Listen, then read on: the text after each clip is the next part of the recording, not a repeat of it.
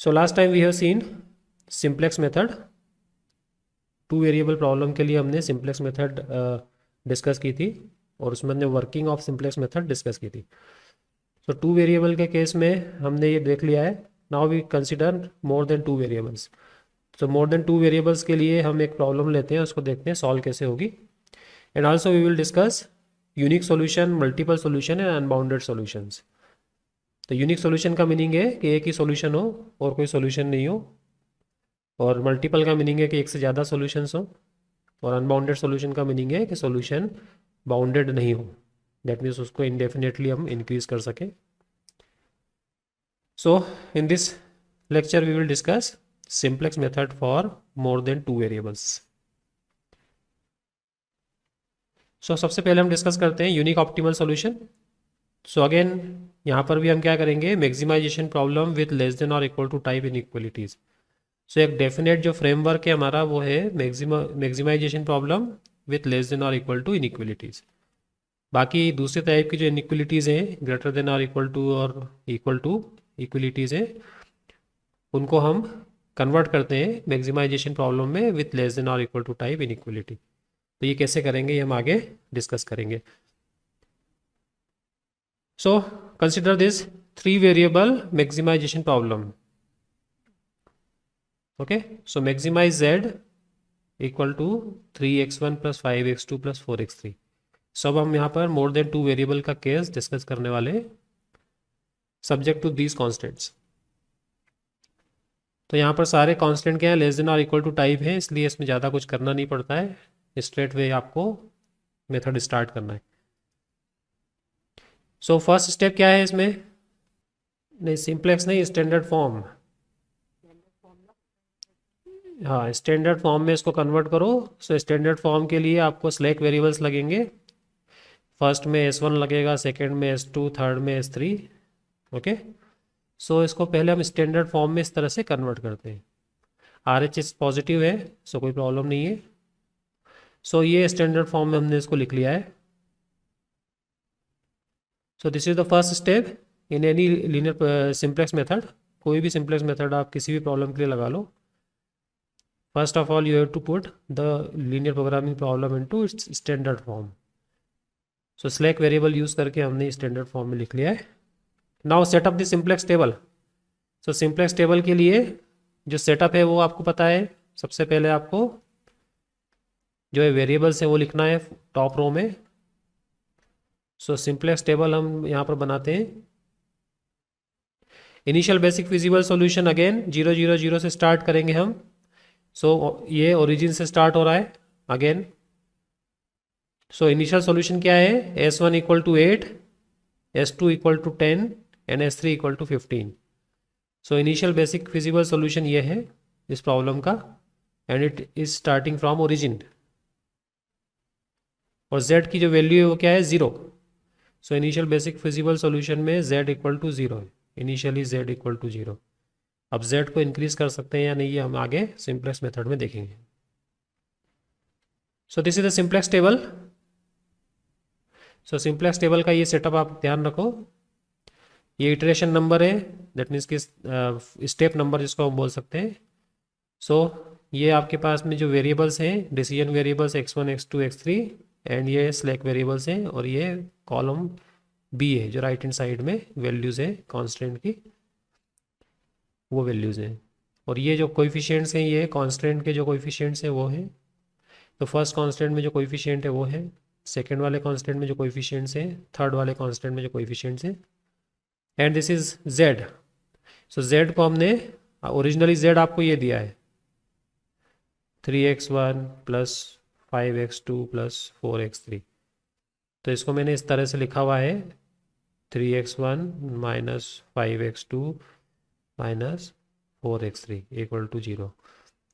ठीक है, सो ये इन इक्वेशन की फॉर्म में लिखा हुआ है, जिससे कि इसके कोएफिशिएंट भी हमने यहाँ अरेंज कर दिए.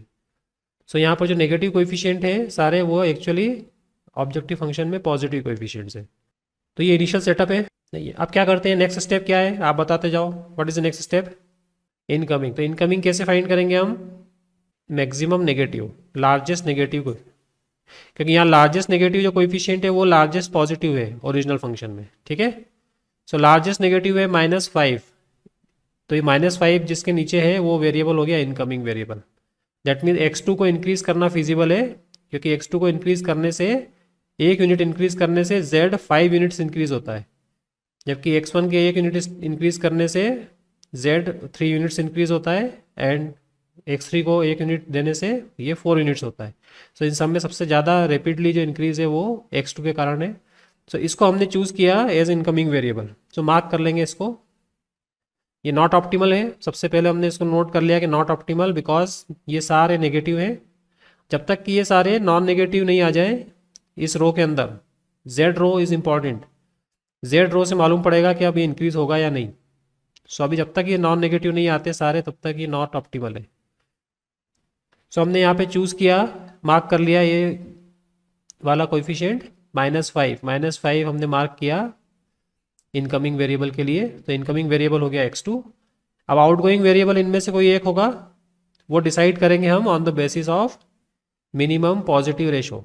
तो मिनिमम पॉजिटिव रेशो कैसे फाइंड करेंगे हम, ये हो गया आपका की कॉलम, दिस इज की कॉलम, ठीक है। तो की कॉलम के एलिमेंट से डिवाइड करो जरा इसको, दिस इज कॉल्ड की कॉलम। सो की कॉलम के एलिमेंट से इनको डिवाइड किया तो ये हो गया 8/3, ये हो गया 10/2 एंड ये हो गया 15/2।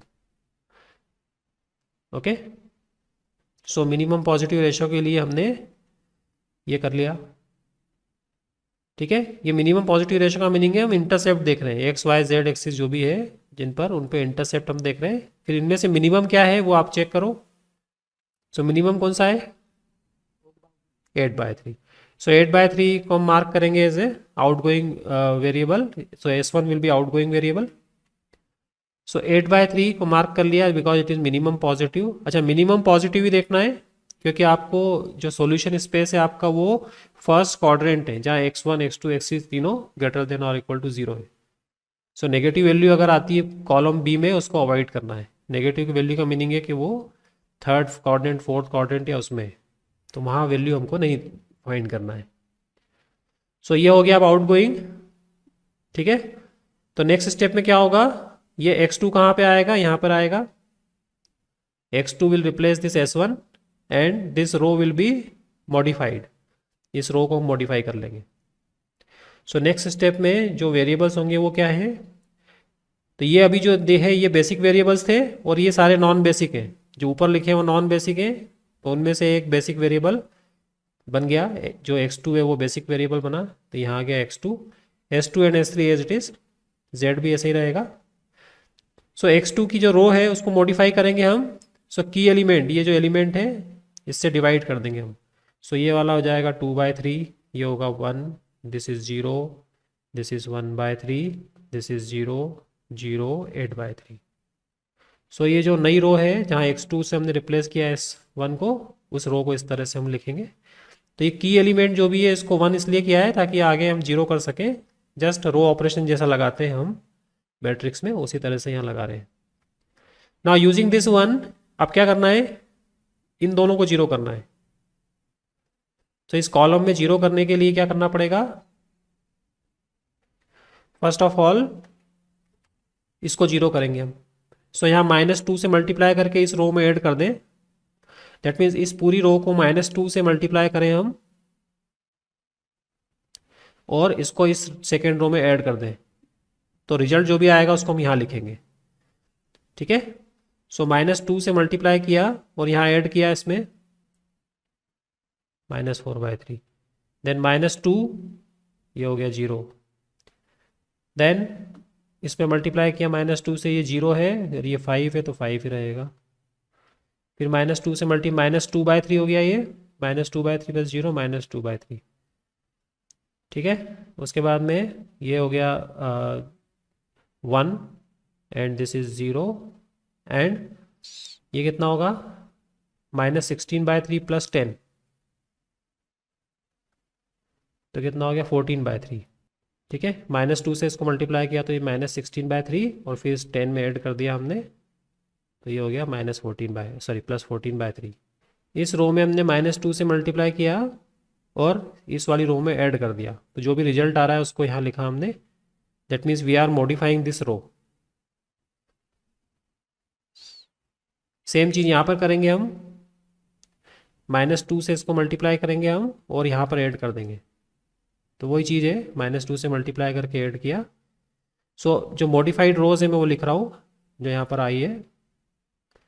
सिमिलरली -2 से मल्टीप्लाई किया इसको और थर्ड वाली रो में ऐड कर दिया इसमें, तो अब ये वाली रो जो मॉडिफाइड है वो थर्ड वाली रो ये बनेगी। एंड सिमिलरली यहाँ पर आपको चाहिए ये यहाँ पर आपको -5 है, तो -5 को जीरो करने के लिए यहाँ पर +5 से मल्टीप्लाई किया और ऐड कर दिया। सो इसको हमने 5 से मल्टीप्लाई करके इस z वाली रो में ऐड किया, ठीक है। सो न्यू वाली जो रो आएगी वो यहाँ पर आएगी। सो +5 से मल्टीप्लाई करके ऐड किया तो ये 0 हो गया, जो 0 यहाँ लिख दिया हमने। +5 से मल्टीप्लाई किया तो ये हो जाएगा 10/3 -3, ठीक है। सो 1/3 एंड यहाँ पर आ जाएगा ये 5/3 and 0 and 0 and so on, ठीक है। तो यहाँ पर मल्टीप्लाई किया है तो ये 40/3 हो गया, ठीक है, 40/3। So this is the second step. So अब जो सॉल्यूशन है ये समझ में आया, पहले बताओ कौन सा वाला, ये देखो S3 में फिर से देखो इसको, ये वाली रो चाहिए आपको, तो यहाँ पर इस वाली S3 को मॉडिफाई करना है, तो यहाँ 1 यहाँ पर हमने -2 से मल्टीप्लाई किया पहले, क्योंकि इस 2 को 0 करना है यूजिंग दिस रो, जैसे हम रो ऑपरेशन लगाते हैं ना वो। सो ये वाली इस रो में हमने -2 से मल्टीप्लाई किया, तो ये कितना हो गया -4/3।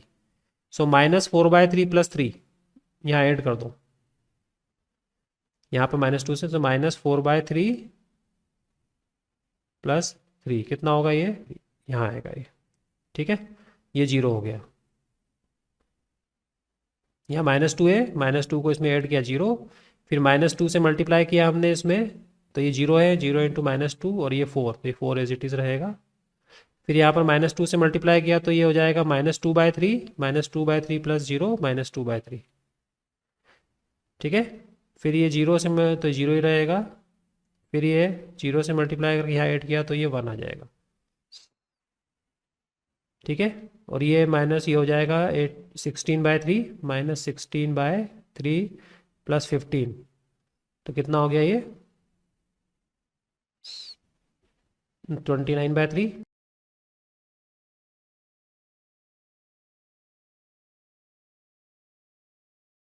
तो ये जो आपके पास में न्यू सॉल्यूशन आया है, what is the new solution, new solution is x2 = 0, sorry x2 = 8/3, x2 = 8/3, x1 = 0 and x3 = 0। क्योंकि यहाँ पर x2 प्रेजेंट है, x1 और x3 नहीं है, तो x1 x3 जो है वो 0 है। अभी ये नॉन बेसिक वेरिएबल्स हैं x1 x3, और बेसिक वेरिएबल हो गया x2, सो इसकी वैल्यू है 8/3। सो 8/3 पर जो वैल्यू आ रही है वो है 40/3। सो अभी जो ऑब्जेक्टिव फंक्शन की वैल्यू पहले 0 थी, 0 से बढ़ के हो गई 40/3। अब ये 40/3 जो है ऑप्टिमल है या नहीं है वो हम चेक करेंगे बाय लुकिंग एट दिस रो। इस रो को हमने देखा और देखा गया कोई नेगेटिव है क्या, तो ये मालूम पड़ा कि यहाँ पर एक नेगेटिव है, ये ओनली 1 इज नेगेटिव। सो ये जो वैल्यू है ये शो करती है कि अभी ऑप्टिमल सॉल्यूशन नहीं है, ये भी पॉजिटिव या 0 होना चाहिए था। सो अभी ये नॉट ऑप्टिमल है, नॉट ऑप्टिमल हम डिसाइड करेंगे यहाँ पर देखकर कि ये नेगेटिव है या नहीं है इसमें। सो सिंगल नेगेटिव है, इसी को हम चूज करेंगे एज इनकमिंग। तो ये जो वेरिएबल x3 है this will be now incoming, maximum negative is -4 and for outgoing variable again we find minimum positive ratio. So की कॉलम जो भी है उसके एलिमेंट से डिवाइड करेंगे हम इसको। सो 0 से डिवाइड करेंगे 8/3 को तो इन्फिनिटी आएगा, 5 से डिवाइड करेंगे तो 14/15 हो जाएगा, इसको 4 से डिवाइड करेंगे तो 29/12 आ जाएगा। ओके, सो इन्फिनिटी आप लिखना चाहो तो लिख दो, otherwise you can put dash. So minimum positive कौन सा है इसमें? 14/15। तो इस बार क्या होगा, S2 आउटगोइंग हो जाएगा and X3 will be incoming. So X3 अब यहाँ पर आएगा S2 की प्लेस पर, और सेम प्रोसीजर करना है कि कॉलम के एलिमेंट को जो है की रो को एलिमेंट को इसको 1 कर देना है, की एलिमेंट को, देन सेम प्रोसीजर। सो ये हो गया आउटगोइंग वेरिएबल S2, इनकमिंग हो गया X3। सो नेक्स्ट टाइम आप क्या करोगे, S2 की प्लेस पर X3 को रख दोगे, और X3 की जो रो है उसको मॉडिफाई करोगे, divide by 5। So if you divide it by 5 you will get this -4/15, 0, 1, then यहाँ पर हो जाएगा -2/15, 1/15, 0 एंड 14/15। ठीक है। सो अब इस 1 को लेकर, इस पूरी रो को लेकर आप क्या करोगे, इस पूरे कॉलम में 0 0 करना है आपको। ठीक है। सो एक ऑलरेडी प्रेजेंट है 0, सो ऊपर वाली रो तो एज इट इज आ जाएगी, क्योंकि ऊपर वाली रो में ऑलरेडी 0 है। सो ऊपर वाली रो में कोई चेंज नहीं करना है, ये एज इट इज लिखना है यहाँ पर 0, 8/3। नीचे वाली रो में अगर आप देखोगे तो यहाँ 4 है। सो इस पूरी रो को -4 से मल्टीप्लाई करेंगे हम, और इसमें ऐड कर देंगे। ठीक है। सो -4 से मल्टीप्लाई किया तो ये 16/15 हो गया, इसको हमने +5/3 किया। ठीक है। तो जो भी रिजल्ट आएगा उसको यहाँ लिखेंगे। फिर यहाँ पर ये ऑलरेडी 0 है। ठीक है। फिर यहाँ पर ये आप देखोगे तो ये 1 से मल्टी, यहाँ 5 हो जाएगा, सॉरी -4 को इससे ऐड करेंगे तो यहाँ 0 आ जाएगा, ये ऑलरेडी 0 है, एंड सो ऑन। सो जो न्यू रोज आएंगी after this operation, first row तो एज इट इज़ रहेगी, क्योंकि यहाँ ऊपर 0 है ऑलरेडी, तो इसको 0 करने की ज़रूरत नहीं है। 0 किसको करना है, सिर्फ इसको करना है। सो -4 से मल्टीप्लाई करके, इस रो में -4 से मल्टीप्लाई किया हमने, और इस वाली रो में ऐड कर दिया। सो अब जो थर्ड रो है, S3 वाली जो रो है, वो मॉडिफाई होके मिलेगी आपको ये। सेम प्रोसीजर, इस रो को यूज़ करके हमने इस कॉलम के अंदर ऊपर नीचे जो एलिमेंट्स इनको 0 कर दिया। जस्ट रो ऑपरेशन लगाते हैं जैसे मैट्रिक्स में, उसी तरह से। सिमिलरली Z में आप देखोगे तो Z में यहाँ पर -4 है, सो यहाँ पर 4 से मल्टीप्लाई किया और इसमें ऐड कर दो। So multiply by 4 and add it to this, you will get this new Z। So अब नया Z जो है ये आ गई Z row, and again you will see that this is not optimal because of this negative. So जब तक negative उसमें आ रहा है Z रो में, तब तक वो ऑप्टिमल नहीं है, दैट मीन्स उसमें इंप्रूवमेंट के चांस हैं। यहाँ पर ये -11/15 है, इसका मतलब है कि ये ऑब्जेक्टिव फंक्शन में +11/15 है। सेम प्रोसीजर, अब आपके पास में जो की कॉलम क्या होगा, या इनकमिंग वेरिएबल क्या होगा, X1। अब आप X1 को मार्क कर लो। सो X1 is the incoming variable, और आउटगोइंग वेरिएबल के लिए फिर से मिनिमम पॉजिटिव रेशो। सो ये जो आपको दिखाई दे रहा है की कॉलम हो गया, इसके एलिमेंट से इसको डिवाइड कर देते हैं। सो अगर आप ये देख करोगे तो ये नेगेटिव से डिवाइड नहीं करना है, जो नेगेटिव एंट्री आ रही है उससे डिवाइड करेंगे तो यहाँ नेगेटिव आएगा। सो नेगेटिव इंटरसेप्ट का मीनिंग है कि वो थर्ड या फोर्थ क्वाड्रेंट में जाएगा, वो नहीं लेना है। सो मिनिमम पॉजिटिव रेशो वो क्या है इस बार, 89/41। 89/41। So incoming variable is X1 and outgoing is S3। Same procedure हम करेंगे, और यहाँ पर इसको 1 कर दिया, इसको डिवाइड किया हमने 41/15 से, तो ये 1 हो गया, और इस पूरी रो को मॉडिफाई कर दिया। तो प्रोसीजर वही है। ठीक है। जो आपने फर्स्ट स्टेप से सेकंड स्टेप में आए हो, वही प्रोसीजर आपको लगाना है। सो ये 1 यूज़ करके, यहाँ जो 1 आ गया है, इस रो को हमने यूज़ करके ऊपर दोनों एलिमेंट 0 कर दिए, ये दोनों एलिमेंट 0 करना है। सो इस वाली रो को हमको यूज़ करना है, और इन दोनों एलिमेंट्स को जीरो करना है। सो यहाँ पहली बार हम 4/15 से मल्टीप्लाई करके ऐड कर देंगे। सो 4/15 से मल्टीप्लाई किया और यहाँ ऐड किया तो जीरो हो जाएगा ये। तो इस पूरी रो में 4/15 से मल्टीप्लाई करके इसमें ऐड करना है और जो रिजल्ट आया उसको यहाँ पर लिखना है। सिमिलरली यहाँ 2/3 है, तो इस 2/3 को जीरो करने के लिए इसमें -2/3 से मल्टीप्लाई करेंगे और ऐड कर देंगे यहाँ पर। सो अकॉर्डिंगली ये पूरी रो मॉडिफाई हो जाएगी। सिमिलरली z को करेंगे हम, -11/15 है तो यहाँ +11/15 से मल्टीप्लाई करके ऐड कर देंगे। इसमें 11/15 से ऐड मल्टीप्लाई किया और इसमें ऐड कर दिया तो -11/15 + 11/15 जीरो हो जाएगा। सो ये जो मॉडिफाइड z रो है वो ये आ गई अब। And you can C every entry in this z row is non negative, 0 0 ये सब पॉजिटिव है। And value of z is now 765/41। सो पहले z की वैल्यू थी 0, यहाँ पर सॉल्यूशन आया था x2 = 8/3, x1 = 0, x3 = 0। फिर इम्प्रूव हुआ सॉल्यूशन 256/15 आया जिसमें x2 = 8/3, x3 = 14/15, ठीक है, एंड x1 = 0। ये वाला सॉल्यूशन क्या है, x2 = 8/3, x3 = 14/15 एंड x1 = 0। सो इस पर ये सॉल्यूशन आया 256/15 जो कि ऑप्टिमल नहीं था। इसको और इम्प्रूव किया तो अब 765/41 आया और ये ऑप्टिमल है। सो वैल्यू ऑफ XYZ क्या है, x1। So x1 is now 89/41, x2 50/41 and x3 62/41 और इस पर z की वैल्यू है 765/41 which is optimal, z maximum.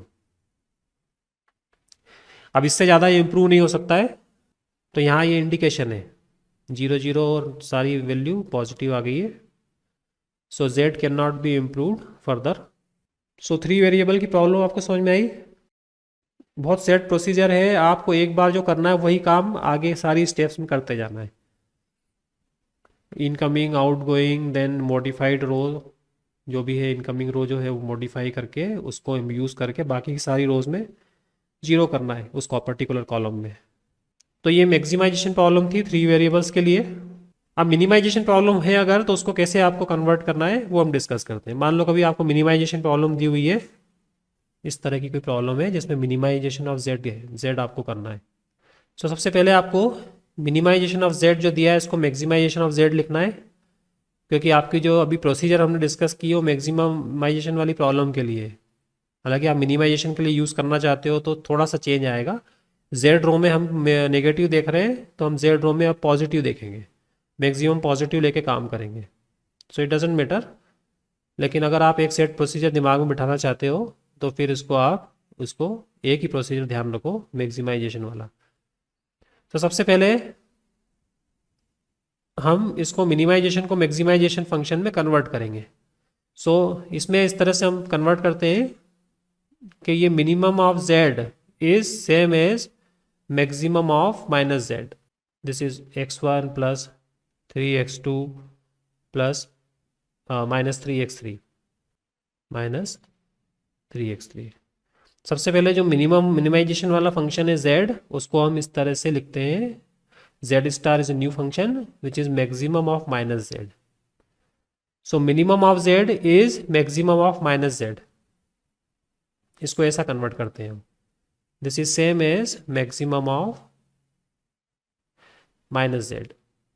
So -z मैंने ये लिखा हुआ है, ये समझ में आया। मैक्सिमम को मिनिमम को मैक्सिमम में कैसे करेंगे, तो मिनिमम ऑफ z को हम जस्ट साइन चेंज कर देंगे हम।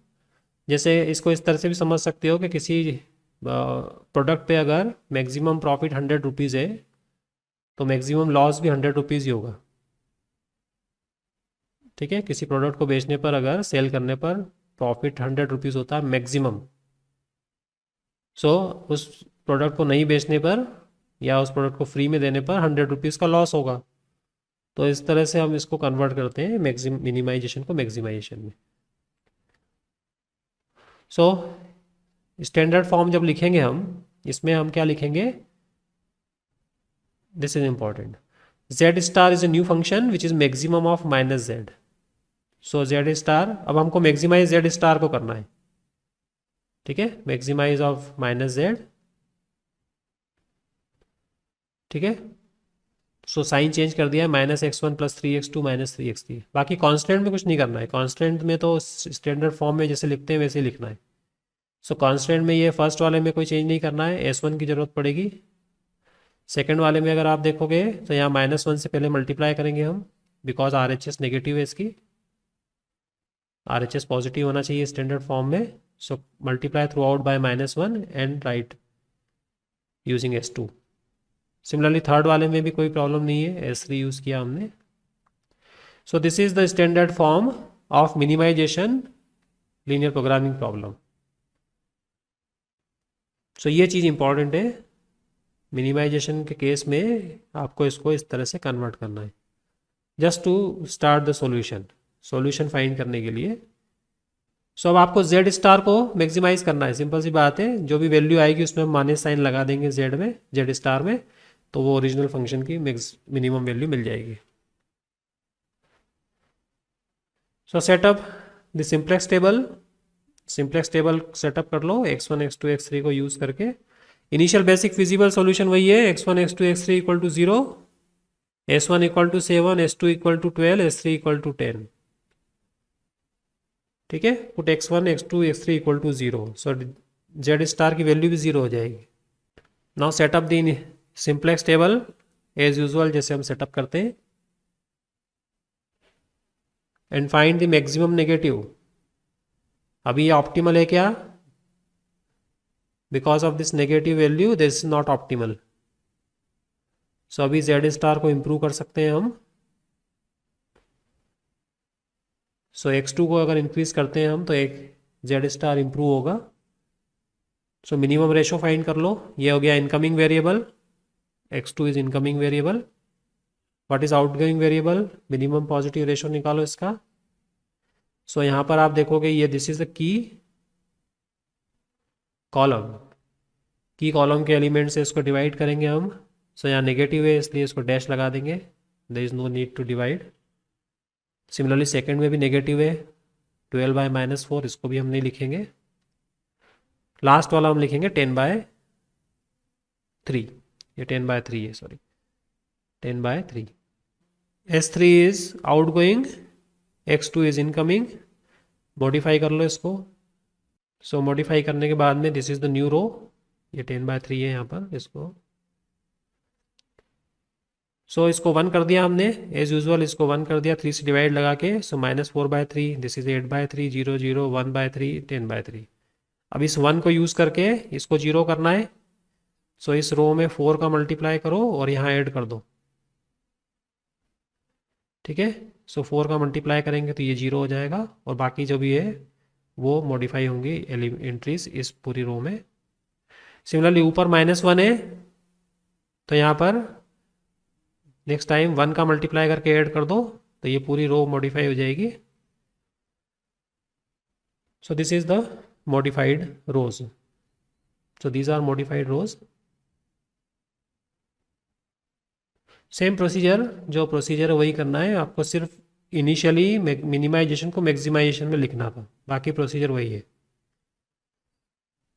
सो कुछ भी नया नहीं है इसमें, वही प्रोसीजर है। अगेन z की वैल्यू आपने देखी और z में आपको पता चला कि ये this time this is negative. So maximum negative जो भी है उसको हमने चूज़ किया, तो x1 जो है वो इनकमिंग हो गया, ऑप्टिमल सॉल्यूशन नहीं है।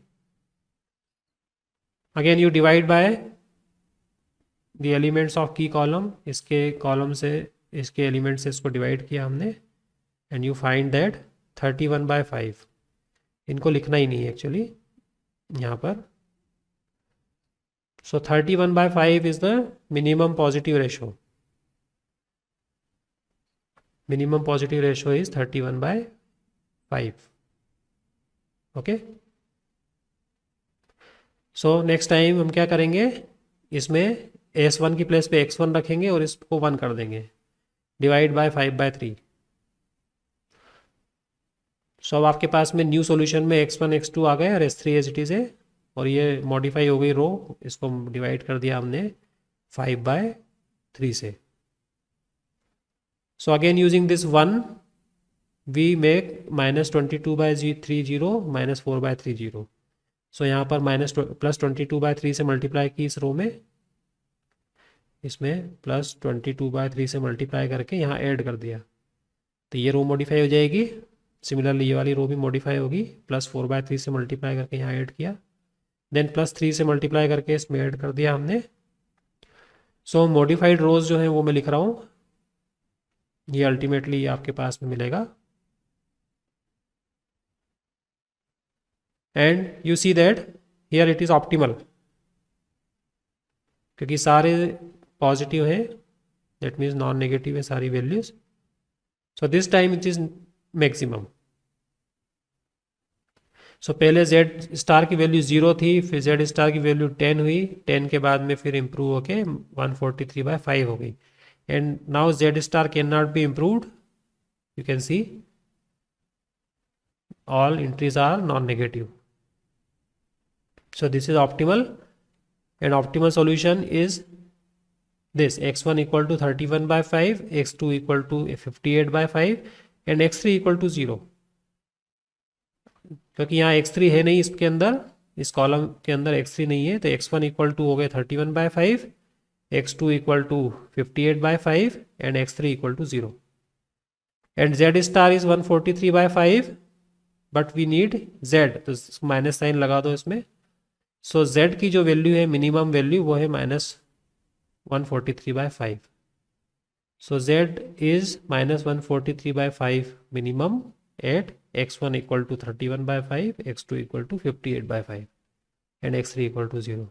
सो मैक्सिमम और मिनिमम वाली जो प्रॉब्लम है, मिनिमम वाली उसको मैक्सिमाइजेशन में कन्वर्ट करके ऐसे आपको सॉल्व करना है। तो 3 वेरिएबल हो, 4 वेरिएबल्स हो, प्रोसीजर बिल्कुल सेम है, यही प्रोसीजर आपको हर एक प्रॉब्लम में लगाना है। Now we see case of multiple solution. अब मल्टीपल सॉल्यूशन कैसे आइडेंटिफाई करेंगे हम टेबल के अंदर? सो सिंपलेक्स टेबल में मल्टीपल सॉल्यूशन कैसे आइडेंटिफाई होगा वो मैं आपको केस बता रहा हूँ। So multiple and alternative optimal solutions. So now we discuss multiple and alternative optimal solutions. So multiple optimal solution के लिए आपको जो कंडीशन है सिंपलेक्स टेबल के अंदर, वो आपको ये कंडीशन मिलेगी कि कोई भी नॉन बेसिक डिसीजन वेरिएबल है, उसके नीचे अगर आप देखोगे तो अगर 0 आ रहा है and that variable is not included in the basis, but उसके नीचे 0 आ रहा है, तो एक अल्टरनेटिव ऑप्टिमल सॉल्यूशन का केस होगा। तो मैं आगे आपको एग्जांपल के थ्रू बताऊंगा कैसे होगा। So an LPP has another optimal solution, जिसको हम अल्टरनेटिव सॉल्यूशन बोलते हैं। If in the optimal simplex table, जहां पर ऑप्टिमल वैल्यू आ गई है, दैट मीन्स जेड रो के अंदर सारे नॉन नेगेटिव वैल्यूज आ गई है। If a non basic decision variable has 0 entry in the z row, that means अगर आपने देखा कि x2 यहाँ पर नहीं है, यहाँ s1 है, यहाँ x1 है एंड यहाँ पर सपोज s3 है, ठीक है, और x2 के नीचे आपने देखा कि यहाँ पर जेड रो में 0 है और ऑप्टिमिलिटी कंडीशन सेटिस्फाइड हो गई, तो इसका मीनिंग है कि x2 जो है वो डिसीजन वेरिएबल है, जिसका जो इफेक्ट है z पर वो 0 है, बट यहाँ पे इंक्लूड नहीं है, तो हम इस x2 को यहाँ इंक्लूड कर सकते हैं। इन दोनों में से कोई एक वेरिएबल रिमूव होगा। सो नेक्स्ट स्टेप में हम क्या करेंगे, x2 को इंक्लूड करेंगे और s1 s3 में से कोई एक वेरिएबल रिमूव हो जाएगा, but optimal value of z will be the same, z की वैल्यू में चेंज नहीं आएगा। सो नॉन बेसिक वेरिएबल अगर है डिसीजन वेरिएबल, उसके नीचे 0 है और ऑप्टिमिलिटी कंडीशन सेटिस्फाइड हो जाती है, then this indicates an alternative optimal solution. तो अभी मैं एक एग्जांपल लेता हूँ इसके लिए। तो इस एग्जांपल में अगर सिंप्लेक्स मेथड से इसको सॉल्व करते हैं स्टैंडर्ड फॉर्म में कन्वर्ट करके, तो मैं इसका सॉल्यूशन पूरा नहीं बता रहा हूँ, मैं वो स्टेप बता रहा हूँ जहाँ पे अल्टरनेटिव ऑप्टिमल सॉल्यूशन आपको मिलेगा। सो एज यूजुअल इसको स्टैंडर्ड फॉर्म में कन्वर्ट करो, s1 s2 s3 लेकर, और फिर आप सिंप्लेक्स टेबल स्टार्ट करोगे ये सॉल्यूशन आपको मिलेगा। सेकेंड इटरेशन में जाके आपको ये टेबल मिलेगी, इसके ऊपर जो स्टार्टिंग टेबल है वो तो है ही, and you see that the condition of optimality is satisfied. That means यहाँ पर नॉन नेगेटिव एंट्रीज है सारी, all non negative entries. So optimal solution मिल गया। और आपने ऑप्टिमल सॉल्यूशन क्या लिखा? ऑप्टिमल सॉल्यूशन आपने लिखा x equal to 0 and y equal to this 4। ठीक है, यहाँ x नहीं है, so y equal to 4। S1 and S3 लिखने का कोई मतलब नहीं है, उनका ऑब्जेक्टिव फंक्शन पे कोई रोल नहीं है। So you see that solution मिल गया ऑप्टिमल आपको 40, wait y equal to 4, x equal to 0। लेकिन आपने देखा कि डिसीजन वेरिएबल है आपका x, इसके नीचे गए आपने देखा यहाँ 0 है। सो ये डिसीजन वेरिएबल है but it is not in the basis, यहाँ पर नहीं है। तो डिसीजन वेरिएबल उसके नीचे 0 है वैल्यू, और यहाँ पर इंक्लूडेड नहीं है बेसिस में। सो ये नॉन बेसिक डिसीजन वेरिएबल है जिसके नीचे z में 0 है। ठीक है, that means it indicates an alternative optimal solution. ये अल्टरनेटिव ऑप्टिमल सॉल्यूशन को इंडिकेट करता है। सो नेक्स्ट स्टेप पे हम क्या करते हैं, इसको मार्क कर लेते हैं इनकमिंग वेरिएबल की तरह। सो जब भी ऐसा केस हो अल्टरनेटिव ऑप्टिमल सॉल्यूशन मिलेगा। हो सकता है कि यहाँ पर z भी हो, z के नीचे भी यही केस हो कि 0 हो और यहाँ पर इंक्लूड नहीं हो z, तो एक सॉल्यूशन तो x से मिल जाएगा, दूसरा सॉल्यूशन z से मिल जाएगा। सो ये जो सॉल्यूशन है 40 एट y इक्वल टू 4, इसको हम देखते हैं कि जब इसको इंक्लूड करें हम तो सॉल्यूशन चेंज होता है कि नहीं। So this is the case of alternative optimal solution. A decision variable is non-basic with 0 entry in z. So next time इसको हम बेसिक वेरिएबल बनाते हैं, इसको मार्क कर लिया हमने। इसका मीनिंग है कि x को इंक्रीज करने से z में कोई चेंज नहीं हो रहा है, सो x को भी इंक्रीज कर सकते हैं हम। मिनिमम रेशो फाइंड किया हमने एज यूजुअल, जैसे मिनिमम रेशो फाइंड करते हैं, एक बार और उस मेथड को लगा दिया हमने। मिनिमम रेशो क्या है? 15/4। सो 15/4 that mean S1 is outgoing, x is incoming. तो अब S1 को बाहर निकाला और x को इन बेसिस में लेके आए। So S1 is outgoing, x is incoming, and usual जो मेथड है वो लगाते हैं हम।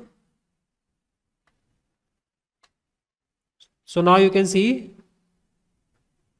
जो न्यू सॉल्यूशन है वो क्या आ गया? न्यू सॉल्यूशन आया x equal to 15/4, y equal to 5/2, but z equal to 40 again. z में कोई चेंज नहीं आया, z will remain the same, only change क्या है, x और y की वैल्यूज अब चेंज हो गई है। और अब आप देख रहे हो कि सारी कंडीशन सेटिस्फाइड है। सो डिसीजन वेरिएबल्स के नीचे अगर 0 आ रहा है और ऑप्टिमिलिटी कंडीशन सेटिस्फाइड हो गई और वो डिसीजन वेरिएबल बेसिस में नहीं है, मतलब यहाँ नहीं है, तो अल्टरनेटिव ऑप्टिमल सॉल्यूशन का केस होगा। तो सॉल्यूशन जब पूरा हो जाए तो आप ये भी चेक करो कि अल्टरनेटिव ऑप्टिमल सॉल्यूशन है या नहीं। अल्टरनेटिव ऑप्टिमल सॉल्यूशन के लिए डिसीजन वेरिएबल को देखो वो है या नहीं, यहाँ पर बेसिस में है कि नहीं। अगर ये बेसिस में नहीं है और इसके नीचे 0 आ रहा है तो फिर एक स्टेप और आगे बढ़ा के इसको भी बेसिस में लेके आओ। ठीक है, तो अल्टरनेटिव ऑप्टिमल सॉल्यूशन आपको लिखना पड़ते हैं और लिखना भी चाहिए। अल्टरनेटिव ऑप्टिमल सॉल्यूशन एक तरह से प्रैक्टिकली आपको अल्टरनेट देते हैं कि ये नहीं तो ये कॉम्बिनेशन नहीं लेना है एक्स वाई जेड का, तो दूसरा कॉम्बिनेशन ले लो एक्स वाई जेड का, जो भी वेरिएबल्स हैं उसमें decision variables. So alternative optimal solutions are helpful. तो ये हो गया अल्टरनेटिव ऑप्टिमल सॉल्यूशन का केस। सो अब जो सॉल्यूशन है वो क्या मिला आपको? x equal to 15/4, y equal to 5/2 and z equal to 40 as before. Now next जो केस है अनबाउंडेड सॉल्यूशन। तो टेबल के अंदर अनबाउंडेड सॉल्यूशन कैसे मिलेगा, इंडिकेट होगा, उसके लिए भी कंडीशन है। सो अनबाउंडेड सॉल्यूशन का मीनिंग होता है कि आपको इट इज़ वेरी डिफिकल्ट और impossible to determine the outgoing variable. Outgoing variable आप डिसाइड नहीं कर सको कि कौन सा वेरिएबल बाहर जाएगा, तो इस केस में होता है अनबाउंडेड सॉल्यूशन। और ये कंडीशन तब आती है जब की कॉलम के सारे एलिमेंट्स नेगेटिव हो, या तो नेगेटिव हो या जीरो हो। सो जैसे आपने इनकमिंग वेरिएबल सिलेक्ट किया तो की कॉलम के अंदर आपने चेक किया कि सारे एलिमेंट्स ना तो नेगेटिव है या जीरो है। तो जब नेगेटिव या जीरो होंगे तो मिनिमम रेशो वाला जो कॉलम है वो भी नेगेटिव हो जाएगा, सो पॉजिटिव रेशो मिलेगा ही नहीं आपको। In that case solution will be unbounded. उस केस में हम उस डिसीजन वेरिएबल को जो इनकमिंग होने वाला है उसकी वैल्यू कितनी भी इंक्रीज कर सकते हैं without affecting the values of without affecting any of the constant. So simple सी बात है, की कॉलम के एलिमेंट सारे नॉन नेगेटिव हो, सॉरी नॉन पॉजिटिव हो, then it indicates an unbounded solution. तो ये केस होगा इस केस में। सो इनकमिंग वेरिएबल कितना भी आप इंक्रीज कर सकते हो without affecting the constants, okay, and z can be increase और decrease indefinitely. In such case there will be unbounded solution. So इसके लिए भी एक प्रॉब्लम लिखता हूँ मैं, एंड उसको डायरेक्ट हम उस स्टेप पे जाएंगे जहाँ पर अनबाउंडेड सॉल्यूशन मिलता है। सो जैसे एक प्रॉब्लम दी हुई है सपोज, और इसको यूजुअली हम जैसा स्टार्ट करते हैं सिंप्लेक्स मेथड, स्टैंडर्ड फॉर्म में कन्वर्ट करो, सिंप्लेक्स टेबल सेटअप करो, यूजुअल जैसे करते हैं वैसे आपको करना है। सो अनबाउंडेड सॉल्यूशन आपको किसी स्टेप में जाके मालूम पड़ेगा कि अरे यार ये तो सारे एलिमेंट्स नेगेटिव है इस की कॉलम के, तो वहाँ पर आप आगे जा ही नहीं सकते, आप नीचे लिख दोगे the problem has an unbounded solution. So when we start this solution using this simplex table, then second step में जाकर ये सिचुएशन आती है। सो इस प्रॉब्लम को यूजुअली अगर सॉल्व करें हम तो सेकंड स्टेप में जाकर ये हमको मालूम पड़ा कि z-9 है, जेड वाली रो में ये मैक्सिमम नेगेटिव है, बाकी सब पॉजिटिव है। तो इसको आपने मार्क किया अगर, and if you find minimum positive, तो यहाँ मिनिमम पॉजिटिव नहीं मिल रहा है आपको। This is because all the elements of this की कॉलम आर नेगेटिव। तो जब भी ऐसी सिचुएशन आ जाए कि की कॉलम के एलिमेंट सारे नेगेटिव हों या जीरो हों, then you write down as unbounded solution. So this was the solution procedure of the simplex method for more than 2 variables. तो यहाँ पर जो प्रॉब्लम्स ली हमने उन प्रॉब्लम्स में जो इनइक्वलिटीज़ है वो लेस देन और इक्वल टू टाइप है, एंड फंक्शन जो है वो मैक्सिमाइजेशन टाइप है। तो इस केस में हमने एक प्रोसीजर देखी है सिंप्लेक्स मेथड की। Next time we will discuss linear programming problems with mixed inequalities, जहाँ पर लेस देन और इक्वल टू टाइप की इनइक्वलिटी भी हो और greater than equal to type की इक्वलिटी भी हो, कुछ इक्वलिटी कॉन्स्टेंट्स भी हो। तो उस केस में हम किस तरह से सिंप्लेक्स मेथड से सॉल्व करेंगे वो हम नेक्स्ट टाइम डिस्कस करेंगे। So I hope you understood what I have told you. Thank you very much.